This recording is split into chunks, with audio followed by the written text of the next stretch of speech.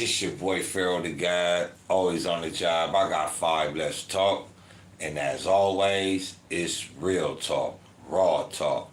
And you know, it's that time again to tell a friend, to tell a friend, to tell another friend. Share, like, and subscribe. Don't hide. Them buttons ain't got no teeth. So go ahead and reach, support the channel, support your boy, and above all, support the movement.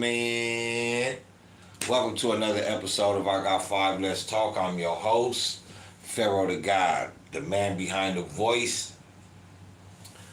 Today, on this edition of this episode of the War Report, I want to take it back to Africa. The reason being is because I tend to been having a lot of people ask why only America and Israel is fighting this war. And it's something that I pointed out before. Even though we connect America and Europe together, sometimes their agendas aren't always on the same plateau. Sometimes their agendas are in different directions. And this is one of that agendas. America is sitting within a bubble that already these countries tend to do relatively bad. They digress. They go back in time, so to speak. And America is reaching out for more than what they already have at home. It's like having a full stomach. You eat so much, you know you eating too much. Your mind knows that you're full, but your mind still sends satisfaction to the brain of, ooh, this tastes good. So you keep eating until you pop, until you vomit. We seen that happen with Venezuela. We seen that happen with countries that try to import everything and export everything. Meaning they got so high on their horse that the things that they had growing in country, they would rather buy it out of country to feel more rich, to feel more wealth. And that's what caused them to be in the situation that they are in. And America is going through the same thing, but on a different scale. Now you may say, Pharaoh, what this got to do with the war? Well, why isn't Europe, France, England, why aren't these type of countries on the side of America and Israel? Everybody is mad at America and Iran right now, more so America and Israel, because of their bombardment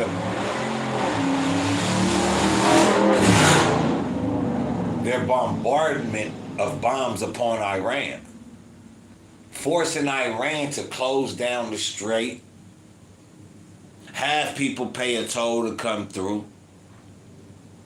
And the international community is not liking this. They do not find it tolerable, but they have to deal with it. And this is all because of what America has done. Now you ask why Europe isn't in its focusing or pitching in on this war. They have a war of their own that they have to deal with. And that war is in Africa. See, the French, the Canadians, the Spaniards, the Jews, the vast majority of Caucasians are getting kicked out of Burkina Faso, Niger, Mali, and in return, the citizens are now calling for the governments to cut off ties with the European countries because they bring them no good. They bring them no good. And the countries of Burkina Faso, Niger, Mali, the Sahel states, they have been in their own thing now. They have been doing their own thing. So no, Europe can't get into this war because it needs, their money comes from Africa and Africa alone. Ain't nobody buying nothing from Europe.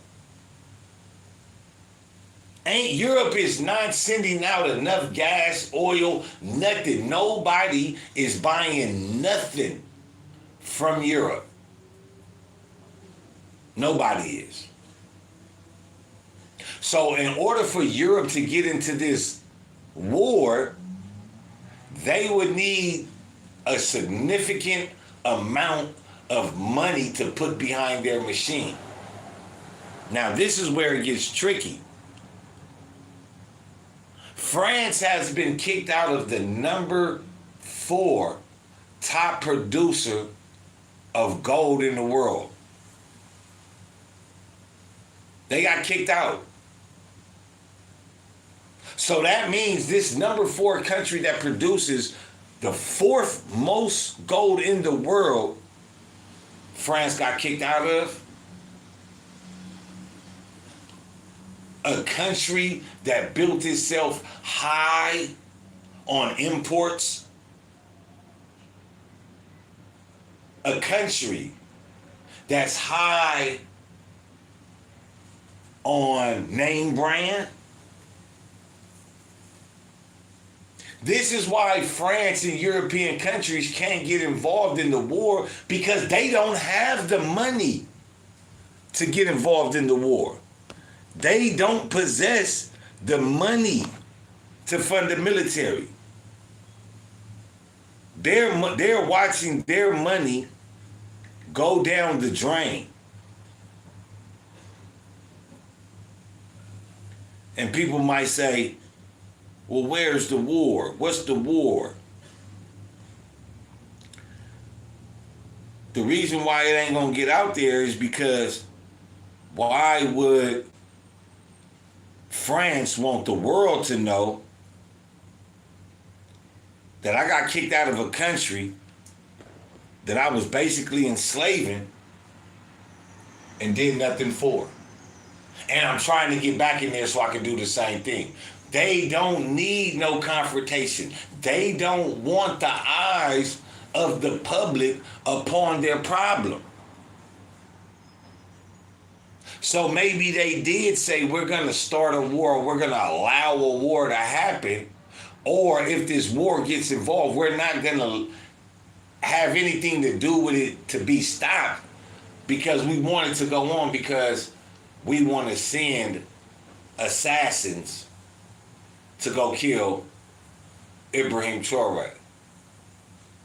So if you are here today, I appreciate y'all if you hit that like button. If you support the channel, support the podcast today. Let's get right into this. A village is overrun. Shops reduced to ashes. Lives lost in the chaos.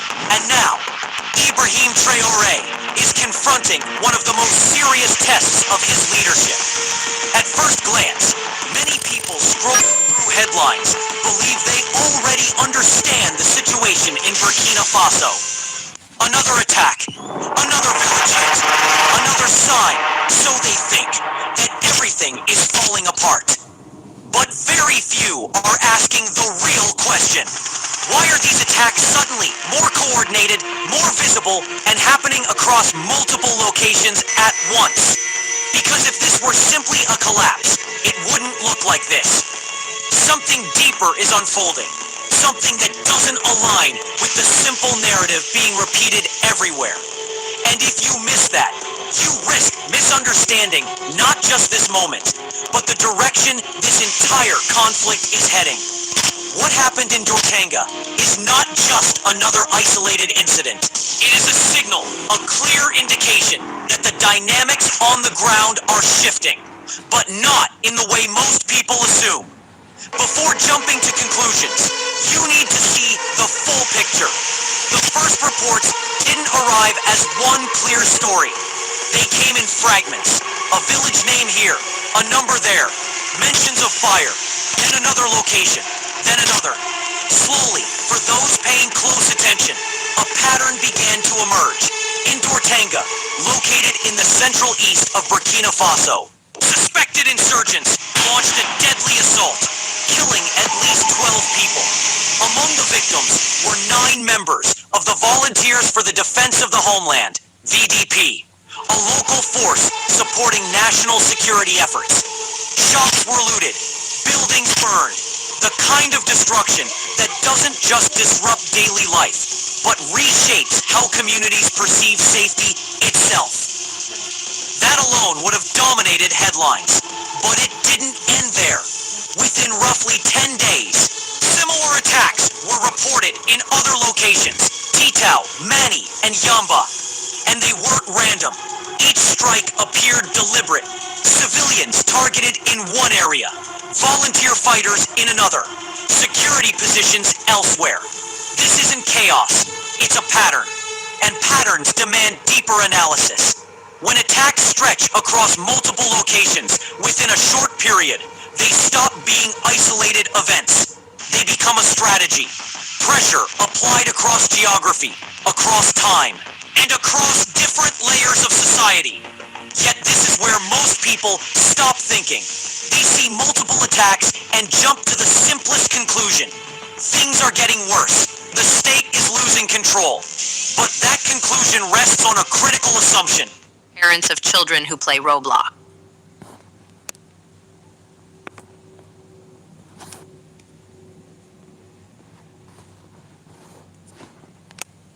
That conclusion rests on a critical assumption that these actions are happening without resistance.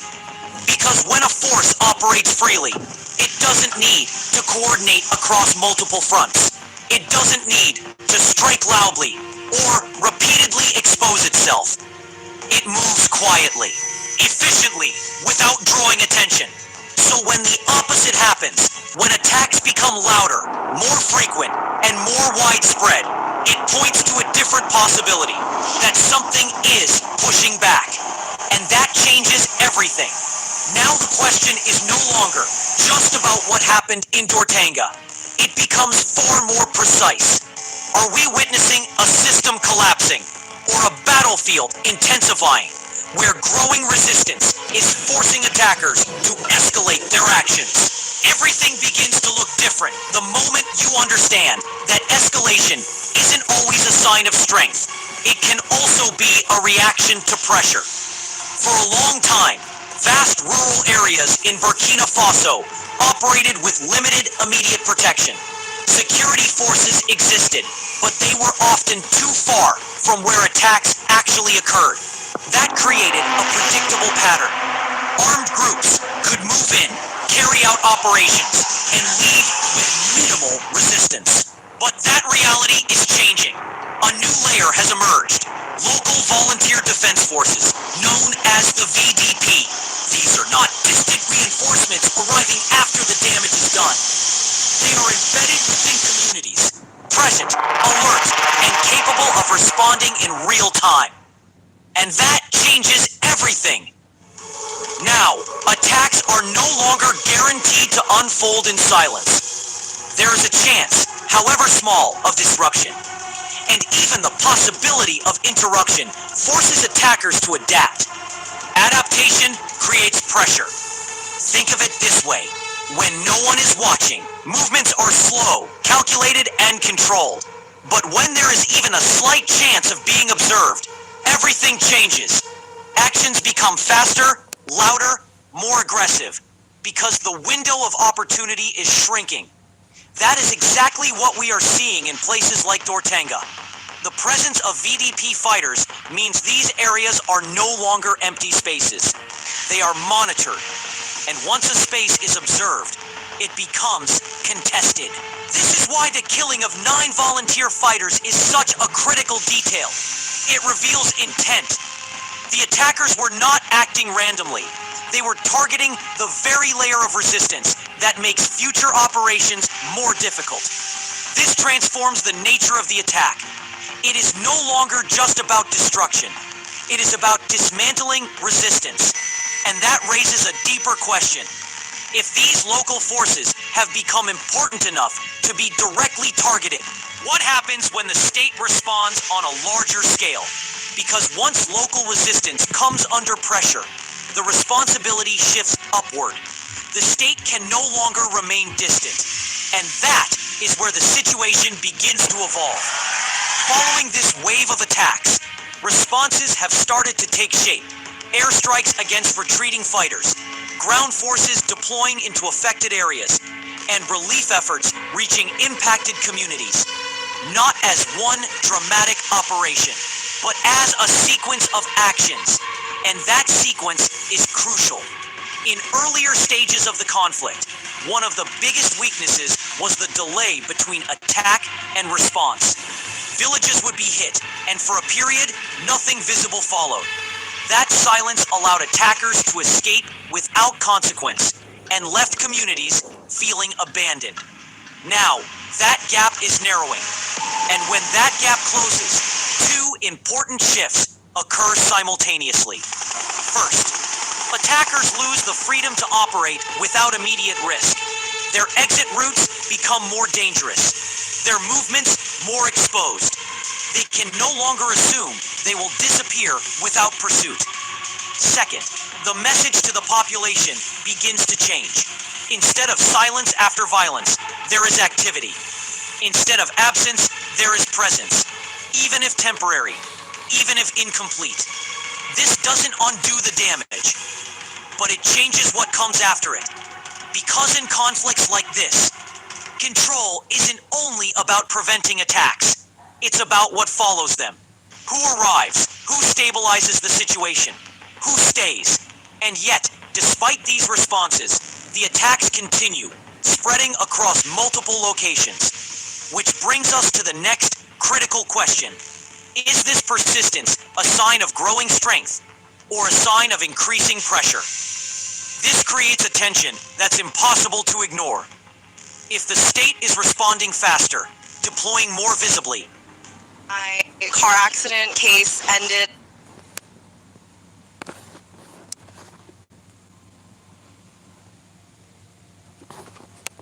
Impossible to ignore. If the state is responding faster, deploying more visibly, and engaging more directly, why does the situation still look unstable, with repeated attacks across different areas? Because stability in a conflict like this doesn't arrive in a straight line. It doesn't move neatly from chaos to control. It unfolds unevenly, region by region, road by road. Progress in one area can happen at the same time as setbacks in another. In Burkina Faso, this is not a single battlefield with a clear front line. It is a fluid landscape. Shaped by movement, armed groups here do not operate like conventional forces. They don't hold territory in the traditional sense. Instead, they move through it, probing, testing, and exploiting weaknesses wherever they appear. And in a country with vast rural terrain, gaps are inevitable. Secure one area, another becomes vulnerable. Control one road, another path opens. Organize one community, the next may still be unprepared. That's why the attack seems scattered.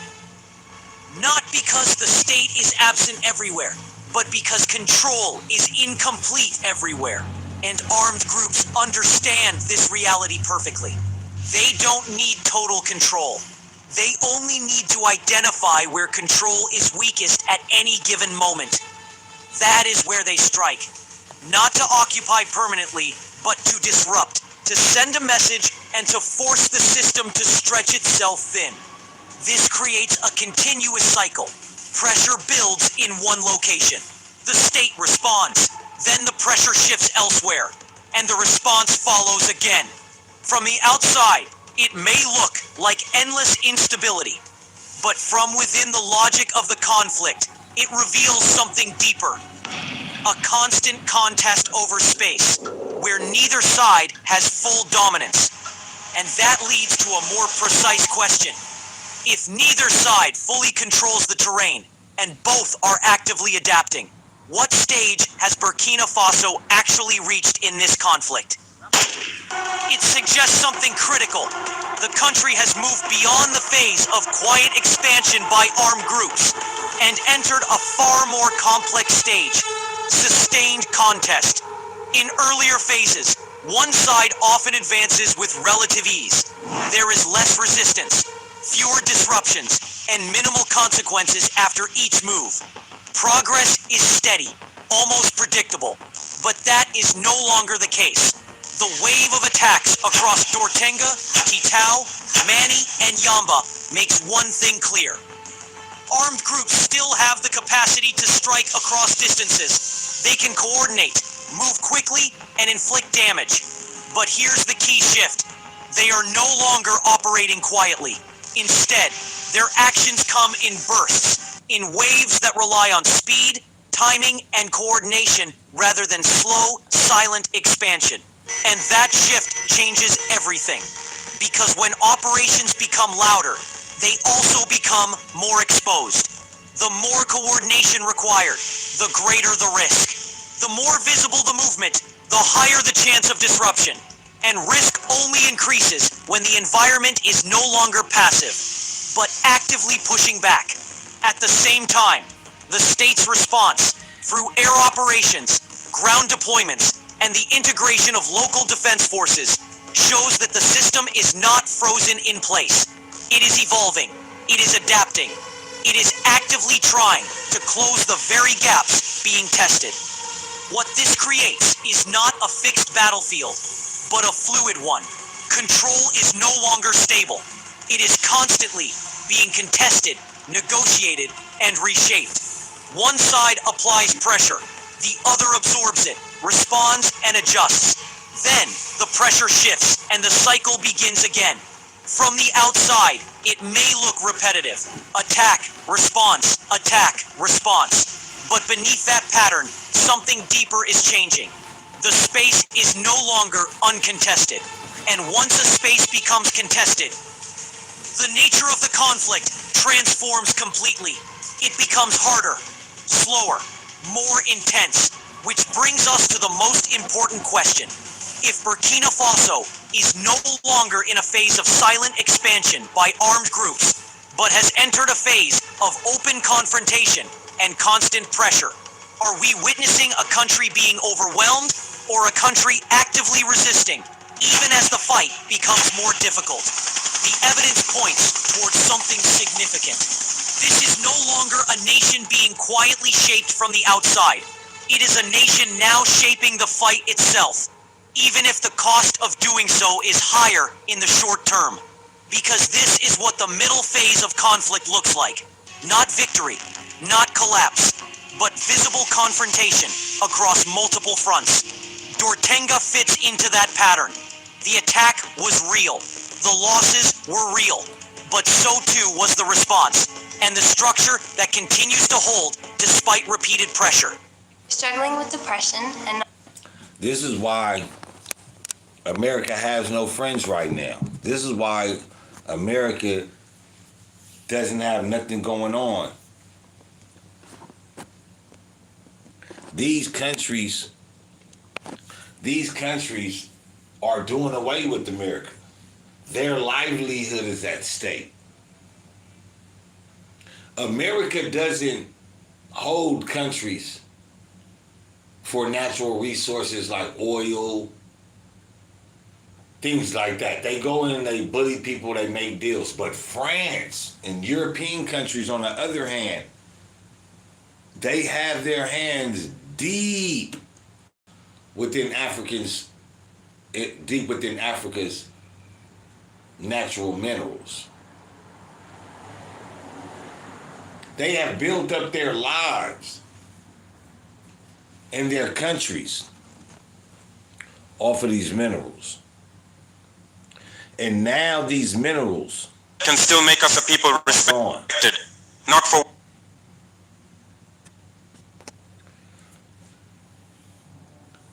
France and them. Better yet, ask yourself, if France was kicked out of Africa and then came back in full force bully mode, everybody would say they're wrong. Everybody would say, oh, you know, this is the colonizers doing the colonizational things. But what about the subterfuge? What about insurgents? Because now people are starting to see that some of these terrorists aren't even from that region. Some of these terrorists don't even fit the description of that culture. Some of these terrorists, those that orchestrate the terror networks, I don't know how true this is, but it's coming out and it's being reported that they are Mossad agents.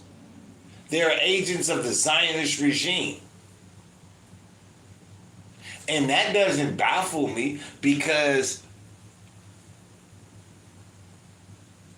it takes nothing for a Jew to grow a beard and say, hey, I'm a terrorist, I'm Muslim.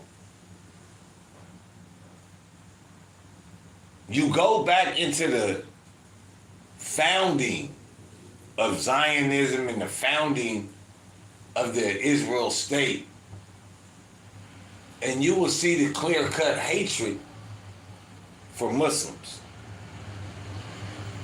You will see it well documented, especially with Iran and Israel. But Europe is bleeding itself because it's cut off from Burkina Faso's natural resources. This is why they can't fight the good old fight with America and Israel. Also because America and Israel is fucking everything up with the Strait of Hormuz. I see you, sticky fingers. I see you. Y'all know what it is, man. Let's run this content. my fellow citizens of Burkina Faso, my brothers and sisters across Africa, and all sons and daughters of this continent living throughout the diaspora. Tonight I speak to you, not to entertain you, not to comfort you, and not to repeat the tired language that has kept our people asleep for too long. I speak to you because the hour has come for truth, and truth, when it finally arrives, does not whisper, it shakes nations. For too many years, we have been told to admire what others build, to consume what others manufacture, to celebrate what others define as progress, while our own hands remain idle, and our own minds are trained to doubt themselves. That must end, and it must end now. This is no longer only a political struggle. It is no longer only a question of sovereignty in speeches and slogans. It is a battle for the African mind.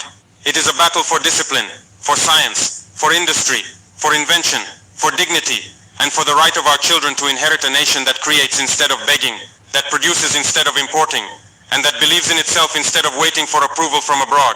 Tonight, I will speak plainly. I will speak about our dependence. I will speak about the distraction that is weakening our youth. This is the ultimate Europe travel hack.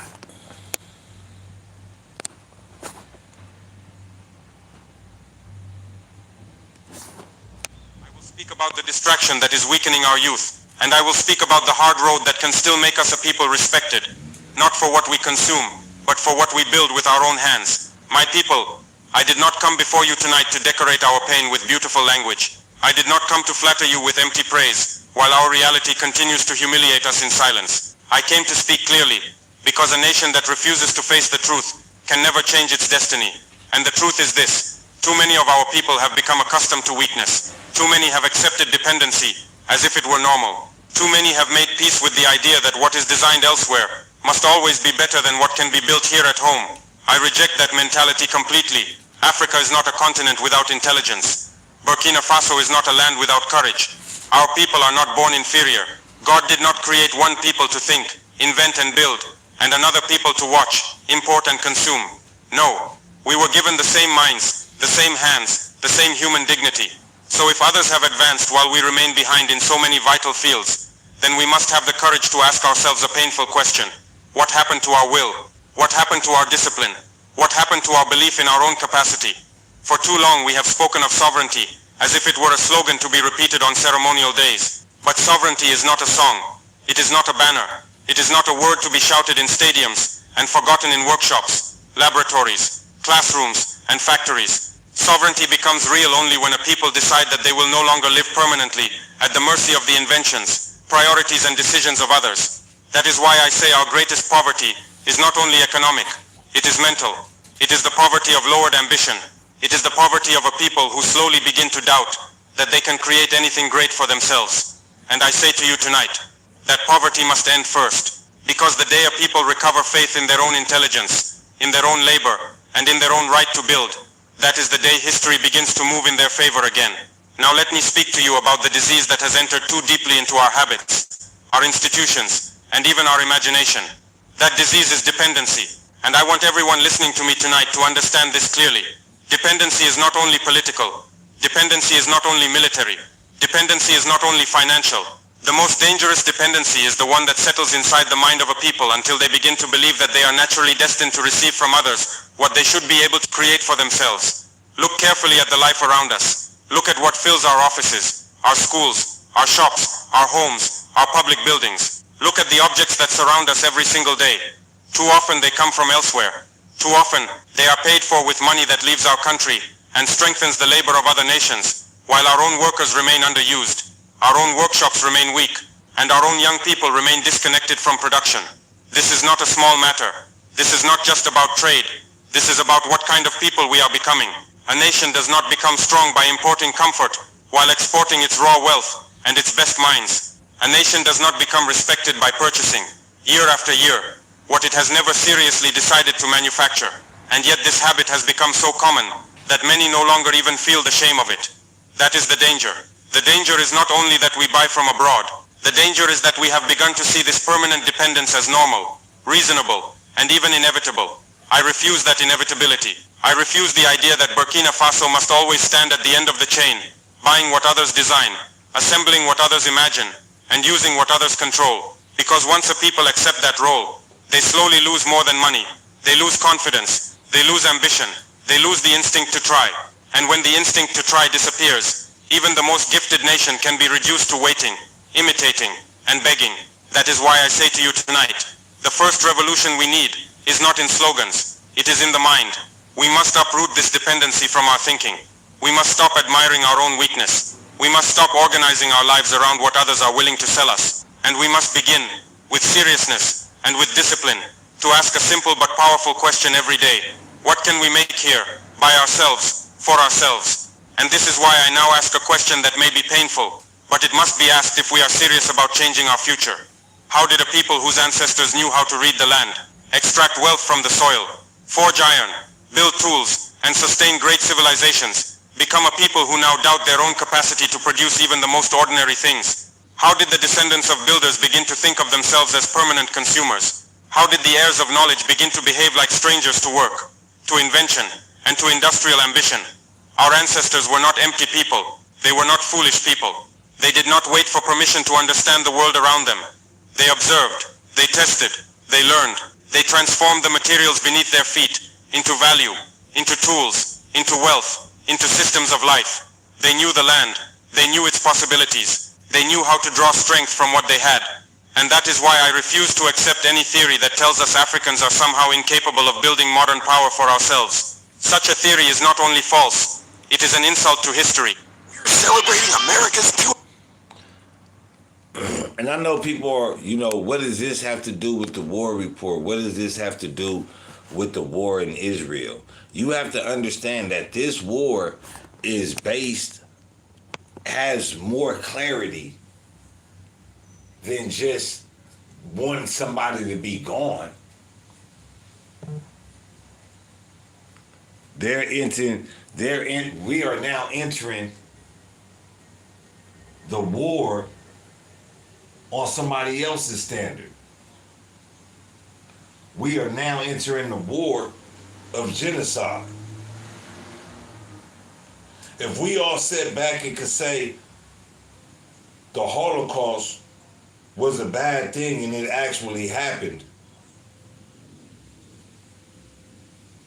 what are we gonna call if what Trump does? These people are fighting France for their sovereignty, for their freedom, for their justice, their equality, their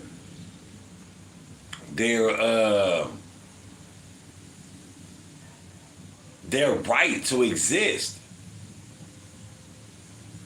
And France is taking that away from them, or trying to take that away from them by these insurrections, these insurgents. This is the war that people need to pay attention to, because whatever goes on in Africa, that's the person that's being the main manipulator.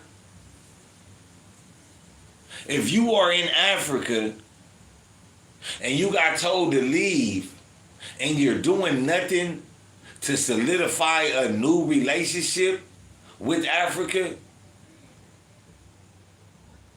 that means you're only there to be a barbarian. France needs Burkina Faso to sustain itself. These countries that thought they could go around the world and bully people and colonize people, they banked on that to happen for forever. But they forgot that God Almighty said he would give the devil a limited time to rule the earth. A limited. That means you're gonna be going down soon. Or you have a number, a set day.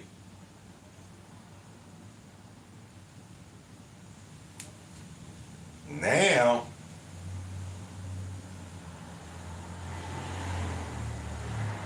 seems like these countries that have been moving and doing their thing for decades are in trouble.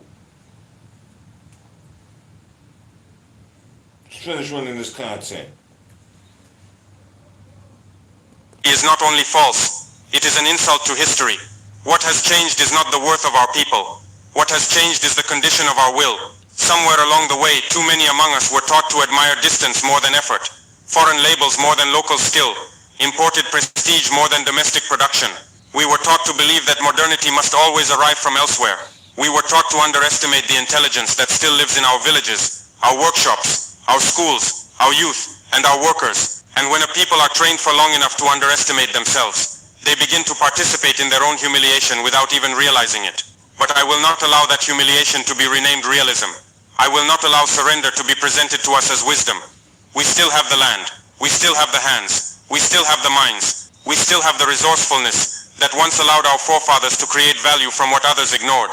So the question before us is no longer whether we are capable. The question is whether we are willing to recover the discipline, the courage, and the self-respect required to use that capability. Because I tell you this tonight with complete conviction, the blood of inventors, workers, miners, craftsmen, and builders has not disappeared from Africa.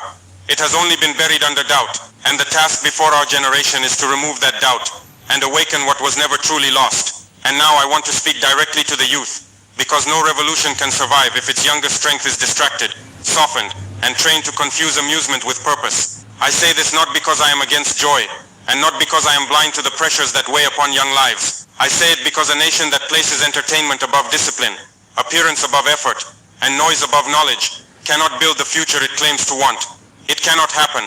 No people have ever danced their way into industrial power. No country has ever entertained itself into sovereignty. What worries me is not that young people laugh, sing, celebrate, or enjoy life. What worries me is when these things begin to consume the hours, the energy, the ambition, and the attention that should have been invested in learning, building, testing, repairing, questioning, and creating.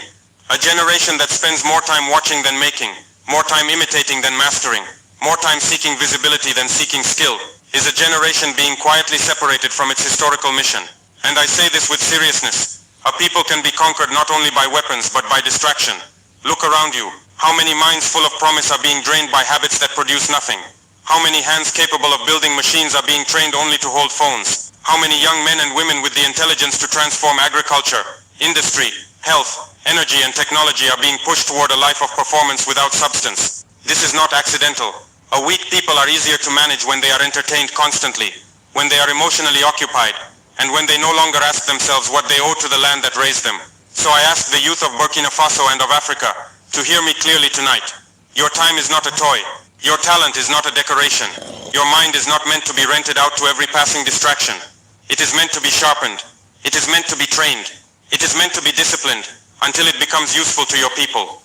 Because if you do not build the engines, the tools, the laboratories, the systems and the factories of tomorrow, someone else will build them for you, sell them back to you, and rule over your future through your dependence on them.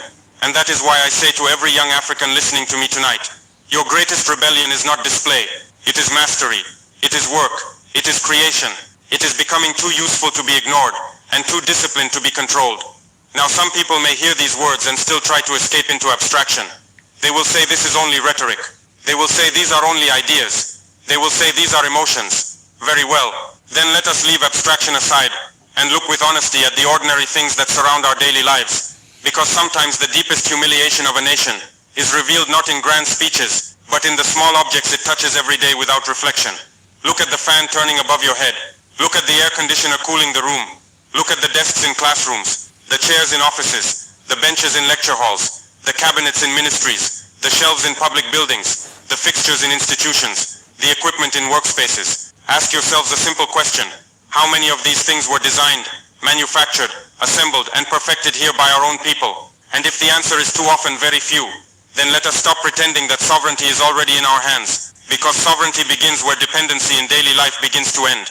I think about the billions that can leave a country not through one dramatic theft, but through 1,000 ordinary purchases that no one questions anymore. A government building needs furniture, and the instinct is to import. A school needs equipment, and the instinct is to import. A university expands, an office is renovated, a public institution is outfitted, and again the instinct is to import. Meanwhile, our carpenters remain underfinanced, our welders underused, our mechanics undervalued, our workshops underdeveloped, and our young people undertrained in the very practical arts that could begin to transform this reality. This is not efficiency. This is a habit of surrender disguised as administration, and it does not stop with furniture. Look at the conveyor systems, the motors, the simple mechanical structures, the metal supports, the fabricated parts that enter industrial spaces. How many of these are truly beyond our intelligence? How many are impossible for us to study, reproduce, improve, and eventually master? Too often, we do not even attempt the first step. We look at a machine and see mystery where we should see challenge. We see import where we should see opportunity. We see finished products where we should see lessons waiting to be learned. That is why I insist on this point tonight. Promise a tenfold refund if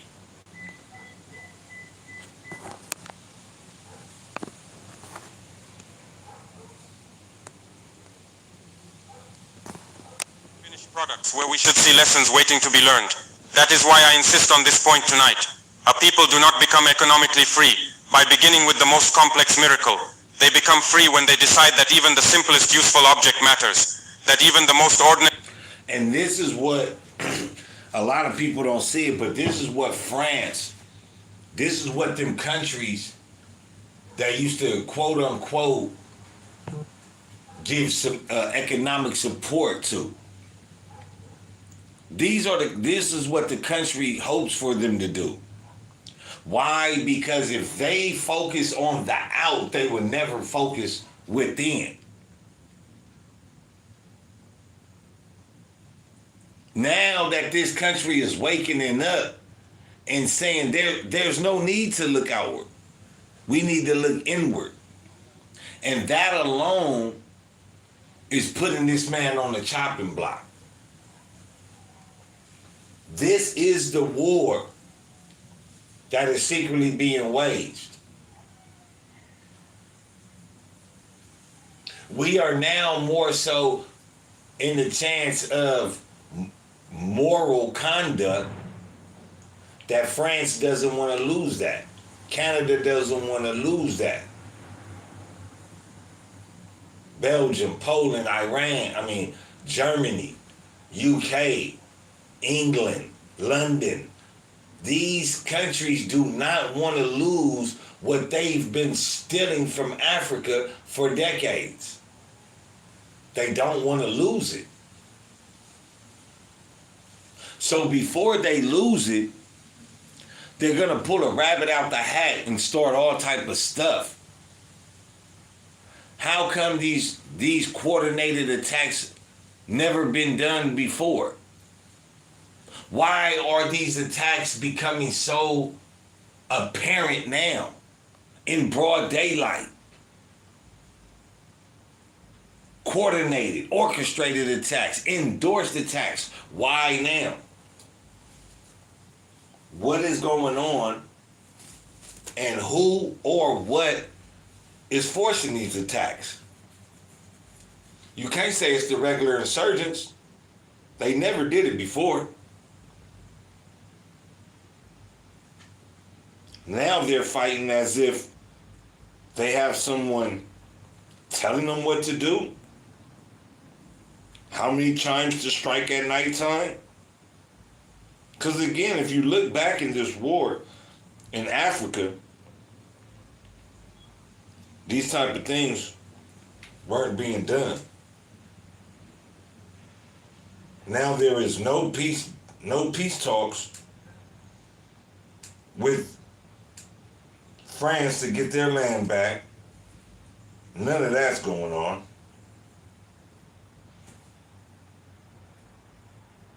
So you gotta ask yourself, where is these attacks coming from? Where? And why? We know why. If it's not about oil, it's about gold and diamonds. Always has been, always will be.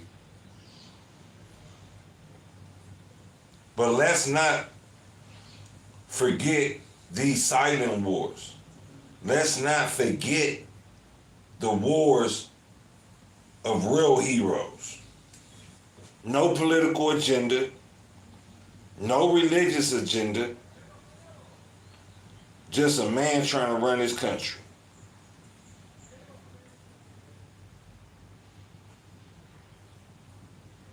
Can't forget about these people. They want these people wiped off the earth. Why? It doesn't fit their agenda no more.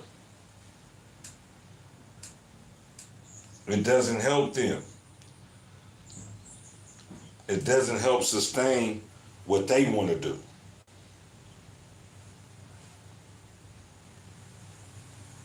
And that's what it is. Every tool is worth understanding, and that every item bought from elsewhere must force us to ask, why not here? Why not by our hands? Why not by our minds? If we cannot yet produce what fills our classrooms, our offices, our workshops, and our public buildings, then we must have the honesty to admit that our struggle for independence is still unfinished. And because of this reality, I must speak now, not only as a man who diagnoses a problem, but as a leader who has the duty to act. A nation cannot continue to complain about dependency while using its own public resources to feed that dependency year after year. That contradiction must end. The state cannot preach dignity and then finance imitation. It cannot speak of sovereignty and then use its budgets to reward the comfort of imported luxury, while the productive hands of its own people stand aside waiting for opportunity. Let me be clear tonight. I have nothing against beauty, nothing against quality, nothing against the desire for institutions that reflect seriousness and order. But I reject the idea that public prestige must be purchased abroad while domestic skill remains neglected at home. I reject the mentality that says an office is only respectable if its furniture comes from outside, that a university is only modern if its fittings are imported, that an institution is only important if it displays the labor of another people instead of the labor of its own citizens. That is not modernization. That is dependency dressed in decoration. So the direction must change. Public money must begin to serve public transformation. The first beneficiaries of national expenditure cannot always be foreign manufacturers, foreign suppliers, foreign systems and foreign designs. Our carpenters must work. Our welders must work. Our metal workers must work. Our workshops must grow. Our technicians must learn by doing. Our young people must see that the state is serious enough to place its trust in national effort, even when that effort is still in the process of improving. Because no local industry becomes strong if it is denied the chance to begin. This means we must stop confusing luxury with development. A people who do not yet fully control production should not be obsessed with display.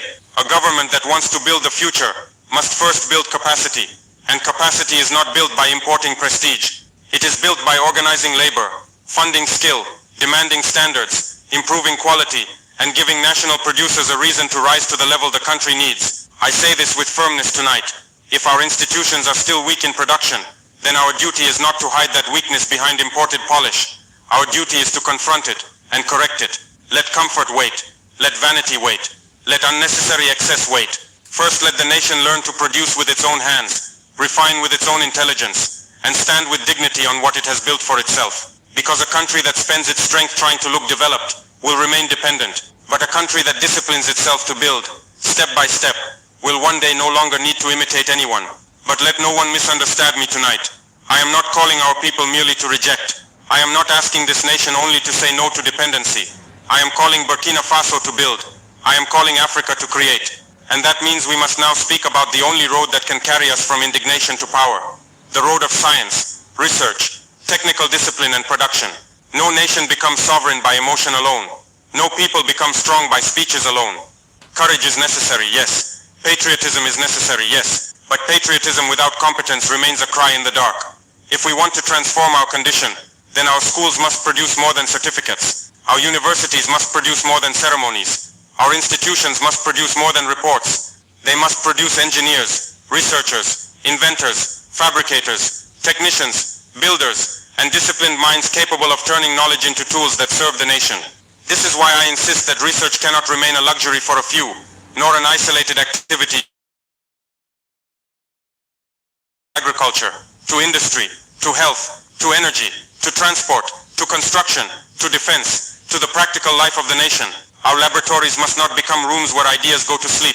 They must become places where problems are attacked, where materials are tested, where machines are studied, where local solutions are improved, and where every discovery is measured by one serious question: how does this strengthen Burkina Faso? And let us also understand something important. Intelligence does not live only in formal institutions. There are men and women in our villages, in our workshops, in our markets, in our garages, in our farms, and in our neighborhoods, who know how to repair, combine, adapt, improvise, and create. Some were never given advanced education, yet their minds are active, and their hands are skilled. The duty of a serious state is to connect these practical minds with scientific support, technical training, and industrial opportunity, so that invention is not left to die in isolation. That is the path I want for this country. A country where the researcher respects the worker, where the worker trusts the researcher, where theory meets practice, where ideas meet machinery, and where talent is not wasted because the system has no place for it. Because when knowledge is organized, when skill is trained, and when production becomes a national mission, then dependence begins to retreat. And that is when a people stop asking what the world will sell them, and begin deciding what they themselves will make. And yet even all of this will not be enough if we forget one final truth. A nation is not saved by intelligence alone. A nation is not transformed by skill alone. A nation does not rise simply because it has educated people, clever people, or ambitious people. It rises when knowledge is joined to duty, when competence is joined to character, and when the most gifted among its sons and daughters decide that their talent belongs not only to their personal success, but also to the future of their homeland. I say this very clearly tonight. I do not seek only brilliant minds. I seek loyal minds. I seek disciplined minds. I seek minds that understand that science without patriotism can be captured, that intelligence without moral direction can be bought, and that talent without love of country can easily become another tool in the hands of those who profit from Africa's weakness. A people may produce great thinkers, great engineers, great inventors, and still remain dependent if the hearts of those people are empty of national purpose. This is why patriotism is not a decoration. It is not a slogan for public ceremonies. It is not a word to be spoken only on national holidays. Patriotism is the force that keeps knowledge from abandoning the nation. It is the force that tells the scientist, the technician, the builder, and the inventor, do not use your gifts only to escape your people. Use them also to strengthen them. Do not let your education become a bridge that carries your value away from your homeland forever. Because the machines we need will be built by human beings. The laboratories we need will be guided by human beings. The industries we need will be organized by human beings. And if those human beings have knowledge without responsibility, ambition without sacrifice, and intelligence without loyalty, then the nation will remain vulnerable no matter how much talent it produces. So I say tonight to every educated African, every skilled worker, every young inventor, every researcher, and every builder, let your mind grow, but let your heart remain with your people, because a great mind becomes truly powerful only when it beats in rhythm with the destiny of the nation. And now, before I conclude, I want to say something that goes beyond Burkina Faso alone. What I am speaking about tonight is not only the struggle of one country, it is the struggle of a continent that has for too long stood at the crossroads between potential and paralysis, between dignity and dependence, between memory and action. Burkina Faso may speak these words tonight, but the question they carry belongs to all of Africa. Will we continue to live from what others design, or will we finally decide to shape our own future with seriousness and courage? I do not believe that Africa lacks resources. I do not believe that Africa lacks intelligence. I do not believe that Africa lacks youth, labor, energy, or imagination. What I believe is that Africa has too often been organized for extraction instead of transformation, consumption instead of production, and spectacle instead of discipline. And if we are honest, we must admit that too many among us have adjusted themselves to that condition. Too many have learned how to survive inside weakness instead of how to defeat it. Too many have accepted applause in place of achievement. Too many have become comfortable speaking of greatness while importing the basic foundations of national life. That is why this moment must be understood for what it is. This is not a call to pride without effort. This is not a call to dream without sacrifice. This is not a call to anger without construction. It is a call to reorder our priorities completely, to place work above display, to place invention above imitation, to place endurance above comfort, to place the long future of our nations above the short pleasures that keep us distracted and divided. If Africa wants respect, then Africa must become useful to itself first. If Africa wants sovereignty, then Africa must learn to produce what it needs, refine what it extracts, train what it knows, and defend what it builds. And if Africa wants to stop being treated as a market, a mine, or a stage for the ambitions of others, then Africa must raise a generation that no longer asks, what will the world bring us, but asks instead, what will we create, organize, and master for ourselves? So let this be understood clearly tonight. The age of excuses must end. The age of waiting must end. The age of admiring others while neglecting ourselves must end. The future will not be given to Africa. It will be built by Africans who are willing to work for it, without illusion, without laziness, and without fear. My fellow citizens, I did not come before you tonight to promise you an easy road. I did not come to offer comfort where discipline is required, or hope without effort, or change without sacrifice. I came to remind you that the future we desire will demand more from us than words. It will demand work. It will demand patience. It will demand courage. And above all, it will demand that we stop waiting for others to do for us what we have the power to do for ourselves. We stand today at a point where every nation must decide what it truly wants to become. We cannot continue to speak of independence while organizing our lives around dependence. We cannot claim dignity while financing the labor of others, instead of strengthening our own. We cannot dream of power while neglecting the discipline required to build it. These contradictions must end, and they must end with us. I believe in this people. I believe in the strength that still lives in our hands, in our minds, and in our history. I believe that Burkina Faso can rise not by imitation, but by creation, not by complaint, but by construction, not by waiting, but by working. And I believe that Africa, if it chooses discipline over distraction and production over dependency, can reclaim its place, not as a follower, but as a force that shapes its own destiny. So I say to you tonight, the time has come to build. The time has come to think, to create, to produce, and to stand upright on what we have made with our own intelligence and our own labor. Because the day we stop asking what others will give us and begin deciding what we will build for ourselves, that is the day our future truly begins. May God protect our homeland, and may our work give meaning to our freedom. TurboTax gets your refund fast.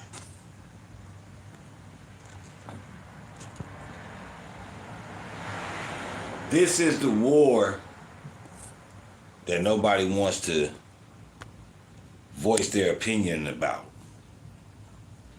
That is the war that means something. And I'm not saying the Iranian war doesn't, because they fighting for their sovereignty, their freedom, their justice, their equality, their livelihood. But when there's a war and no bombs are being dropped, it's a reason for that. Some type of takeover. I'll see y'all again tonight on the War Report. Y'all know the motto: take care of each other, If you can't do